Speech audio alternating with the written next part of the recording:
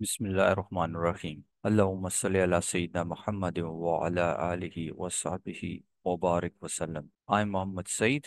आज हम Khyber Pakhtunkhwa text book board Peshawar की इंग्लिश टेक्स्ट बुक का यूनिट 13 जिसका नाम है हज़रत उमर रज़ियल्लाहु अन्हो की एक्सरसाइज करेंगे। डी स्टूडेंट्स याद रखें, ये एसएलओ बेस्ड एक्सरसाइज है। चले बढ़ते हैं एक्सरसाइज की तरफ। ए है answer the following questions. First है व्हाई डिड हजरत उमर फारूक रज़ियल्लाहु अन्हु deposit the jewels given by the empress of Rome to Hazrat Umar's wife in the Baitul Mal. Hazrat Umar Farooq रज़ियल्लाहु अन्हु ने रोम की मलका की तरफ से हजरत उमर रज़ियल्लाहु अन्हु की अहलिया को दिए गए ज़ेवरात बैतुल माल में क्यों जमा करवाए। आंसर है हजरत उमर रज़ियल्लाहु अन्हु deposit the jewels in the Betul mall to uphold honesty and integrity considering public resources sacred। Second है हजरत उमर रज़ियल्लाहु अन्हु was one of those people who served the new religion with singleness of purpose। Describe the services of Hazrat Umar रज़ियल्लाहु अन्हु to Islam in the context of this statement। हजरत उमर रज़ियल्लाहु अन्हु उन लोगों में से थे जिन्होंने यकसुई के साथ नए मजहब की खिदमत की। इस बयान के तनाजुर में हजरत उमर रज़ियल्लाहु अन्हु की इस्लाम के लिए खिदमत को बयान करें।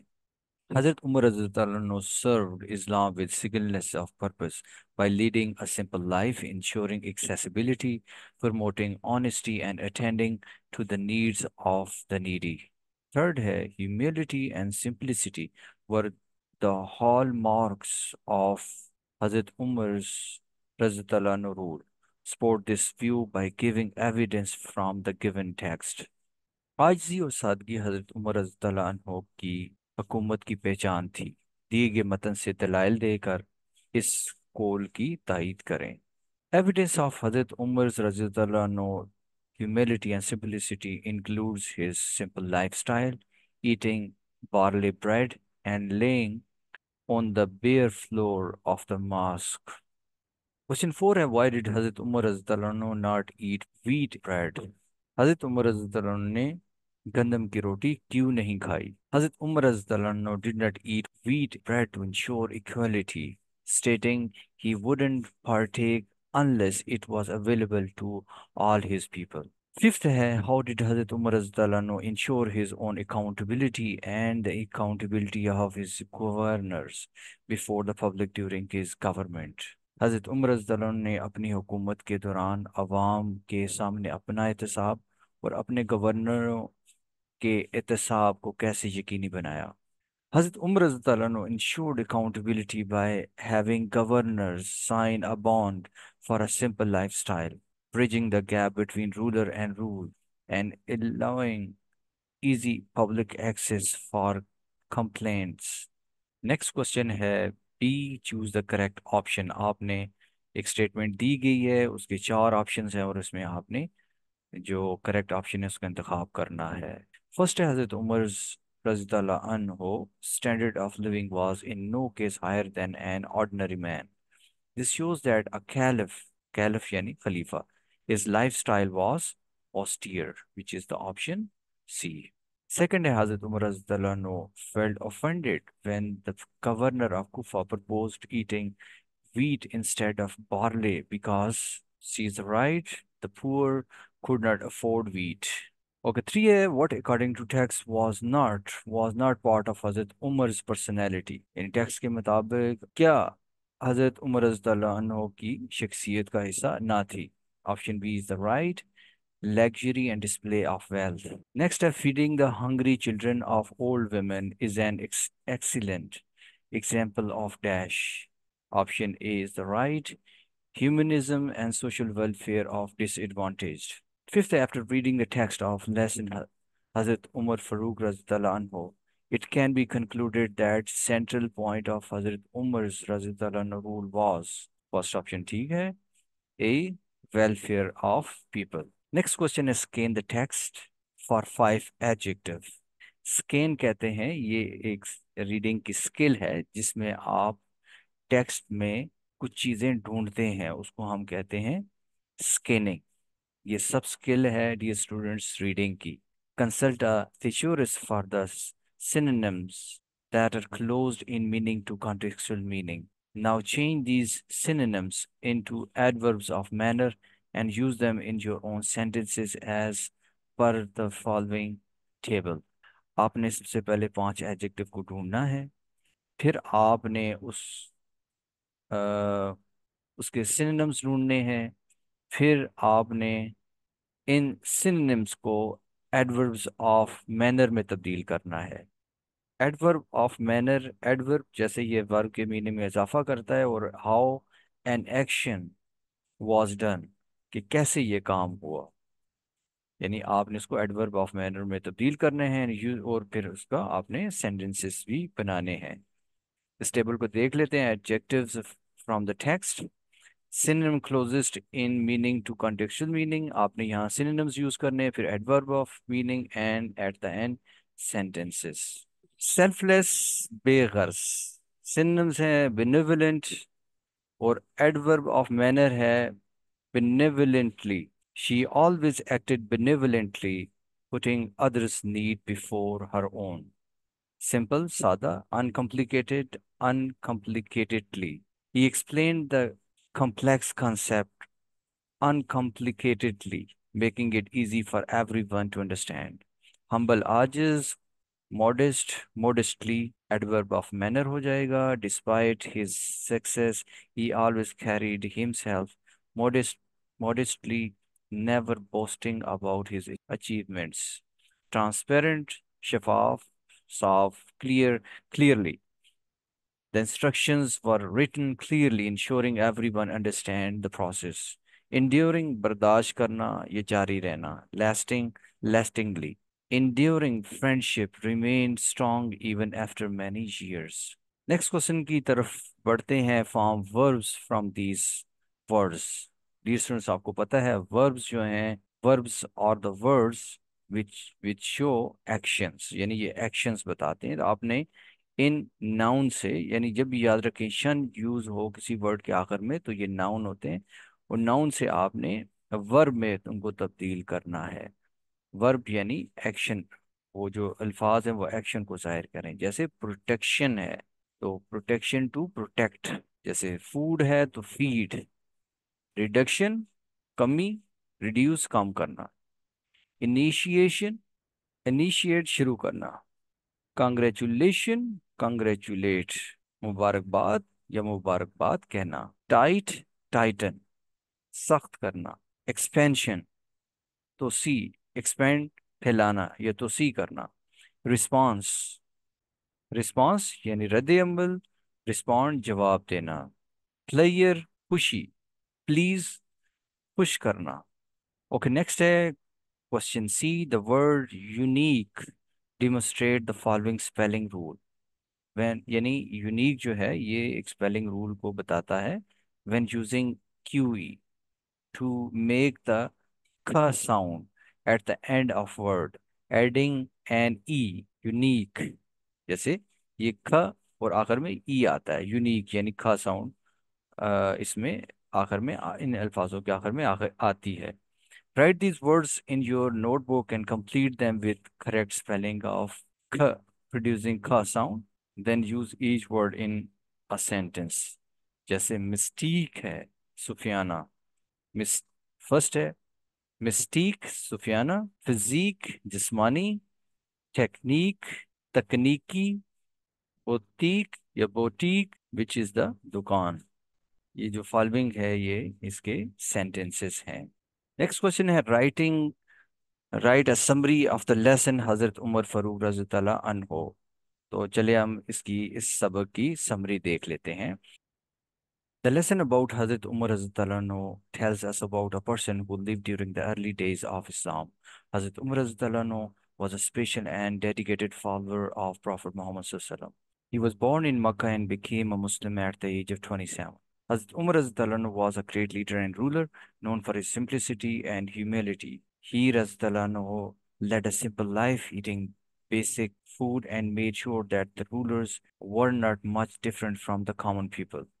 He Anhu cared about the welfare of everyone and was accessible for the public. His honesty and integrity were remarkable. For example, when given precious jewels, he Razdalan placed them in a common treasury for public use. Hazrat Umar Razdalan also ensured accountability by having governors commit to a simple lifestyle and allowing people to easily voice their concerns. Overall, the lesson teaches us about the qualities of leadership, simplicity, and caring for others that Hazrat Umar Radhiyallahu anhu exemplified in his life. Okay, next question here. Write a persuasive essay having a thesis statement. Hazrat Umar Radhiyallahu anhu devoted himself to the welfare of his countrymen. हज़रत उमर रज़ियल्लाहु अन्हु ने अपने आप को इस रियासत की फलाह बहबूद के लिए वक्फ कर दिया, एक हुक्मरान की हैसियत से नहीं बल्कि एक खादम की हैसियत से। इस ऐसे को देख लेते हैं। हज़रत उमर रज़ियल्लाहु अन्हु, a special leader in Islamic history, didn't see himself just a ruler but a servant to his people. He focused on making their lives better. Hazrat Umar Radhiyallahu anhu lived a simple life and thought of himself as a servant to the people. He believed that leaders should work for the welfare of the people, not just having power. His actions and choices showed that he cared about everyone, just not just the important or rich ones. His idea was clear. Leaders should serve, not just rule. He made sure that every rulers lived like normal people. This way, everyone felt equal and he could understand the needs of the people better.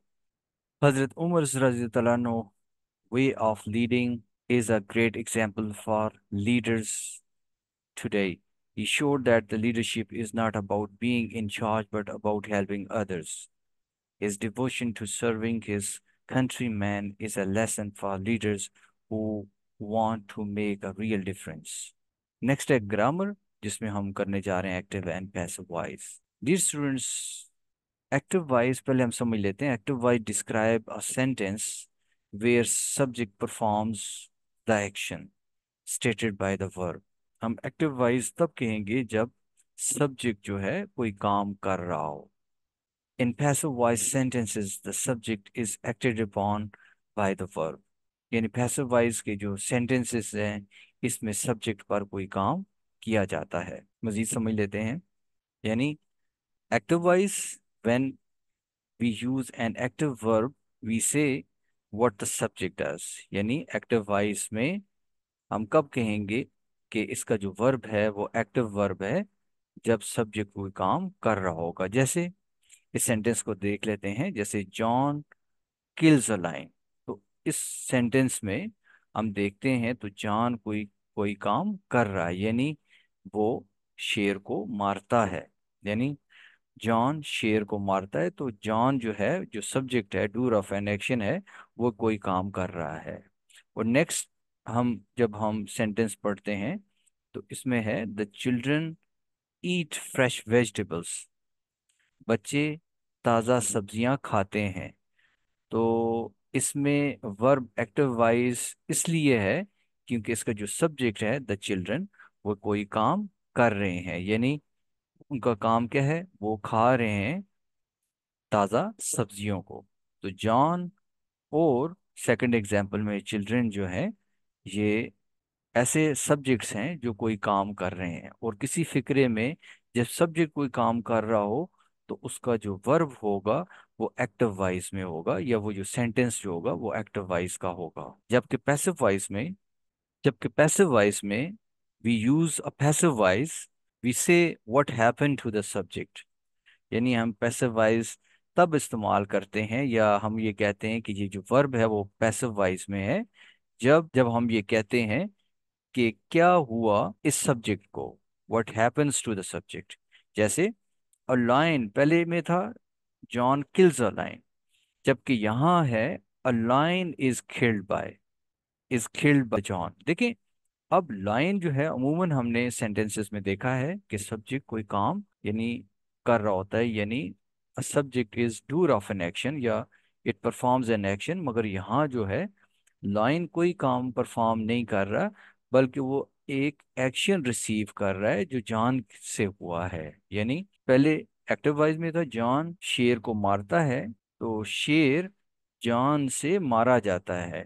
तो line John को नहीं मार रहा, बल्कि वो John से जो action हुआ है उसको रिसीव कर रहा है। नेक्स्ट है fresh vegetables are eaten by the children. अब इस सेंटेंस में फ्रेश वेजिटेबल्स कोई काम परफॉर्म नहीं कर रही, बल्कि खाए जाने का एक्शन रिसीव कर रही है। यानी यहाँ किल्ड और ईटिंग जो है ये पैसिव वॉइस में है, क्योंकि जो इनका जो सब्जेक्ट है वो एक्शन रिसीव कर रहा है। यानी पहले फिक्रे में था एक्टिव वॉइस में children, the children eat fresh vegetables, यानी बच्चे ताज़ा सब्जियां खाते हैं, जबकि यहाँ ताज़ा सब्जियां बच्चों से खाई जाती हैं। तो ना कि जो फ्रेश वेजिटेबल्स जो हैं वो बच्चों को खा रहे हैं। यानी यहाँ सब्जेक्ट कोई काम नहीं कर रहा, जबकि ये रिसीव कर रहा है। और ये याद रखें, पैसिव वॉइस में जो वर्ब होता है वो पैसिव वॉइस में इसीलिए होता है कि उनका जो सब्जेक्ट है वो कोई काम परफॉर्म नहीं कर रहा, बल्कि वो एक्शन रिसीव कर रहा है। मैं उम्मीद करता हूँ आपको अब एक्टिव और पैसिव वॉइस का कंसेप्ट समझ में आ जाएगा। मजीद इसको समझने के लिए हम एक्सरसाइज की तरफ जाते हैं। एग्जाम्पल है Salim change the flat tyre. याद रखिए सलीम जो है वो सब्जेक्ट है, और द फ्लैट टायर जो है वो ऑब्जेक्ट है, और चेंज जो है वो वर्ब है।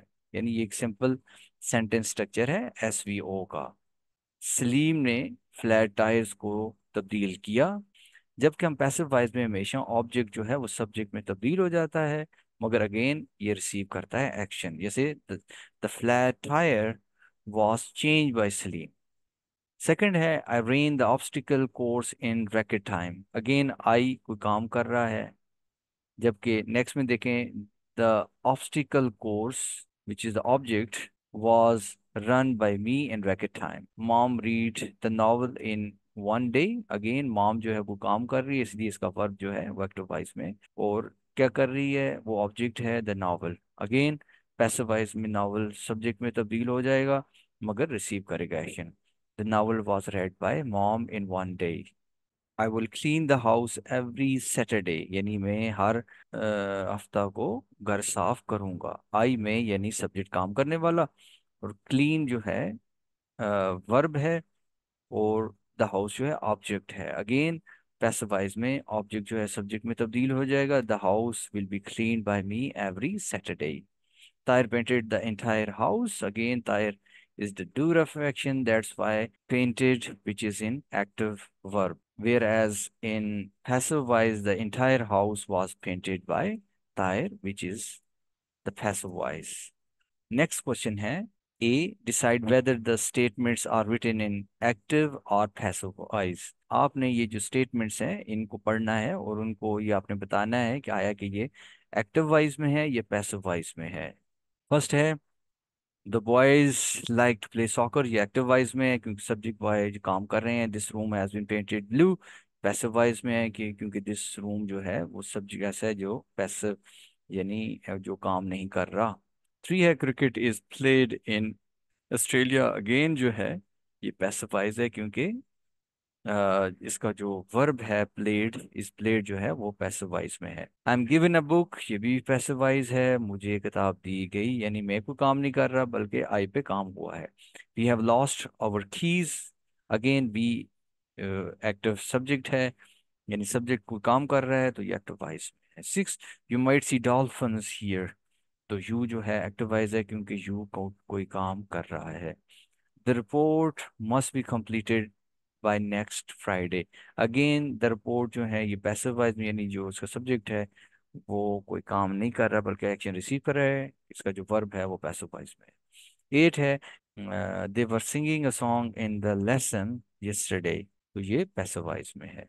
ओके, ये लास्ट क्वेश्चन है इस लेसन का। बी है री right the following sentences so that the verbs will be in the active voice. आपने दोबारा लिखने इन सेंटेंसेस ताकि उनके जो वर्ब हैं वो एक्टिव वॉइस में हो जाएंगे। We are taught grammar by Mrs Sikandar. तो ये पैसिव वॉइस में है, क्योंकि वी जो है वो एक्शन रिसीव कर रहा है। तो हम कहेंगे Mrs Iskander teaches us grammar. Second है he was praised by the teacher praised him. Three है the injured were taken to the hospital by the firemen. Firemen took the injured to the hospital. Four है the town was destroyed by an earthquake. An earthquake destroyed the town. Fifth है the teacher was pleased with the boys' work. The boys' work pleased the teacher. Sixth है the building was damaged by the fire. The fire damaged the building.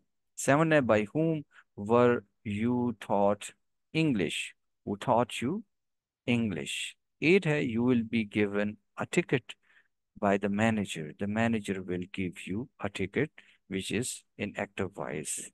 Dear students मैं उम्मीद करता हूँ इस chapter में जो SLO दिए गए थे आपने, यानी जो एक्टिव वॉइस जो आपको दिए गए थे और क्वेश्चन आंसर्स दिए गए थे और ग्रामर के जो कंटेंट हैं वो आपने बखूबी समझ लिए होंगे। फिर भी अगर कोई जहन में आपका कोई क्वेश्चन रह गया है तो आप कमेंट में अपनी क्वेरी या सवाल भेज सकते हैं। इस चैनल को लाइक करें, सब्सक्राइब करें और शेयर करें और कमेंट करें। मिलते हैं नेक्स्ट क्लास में।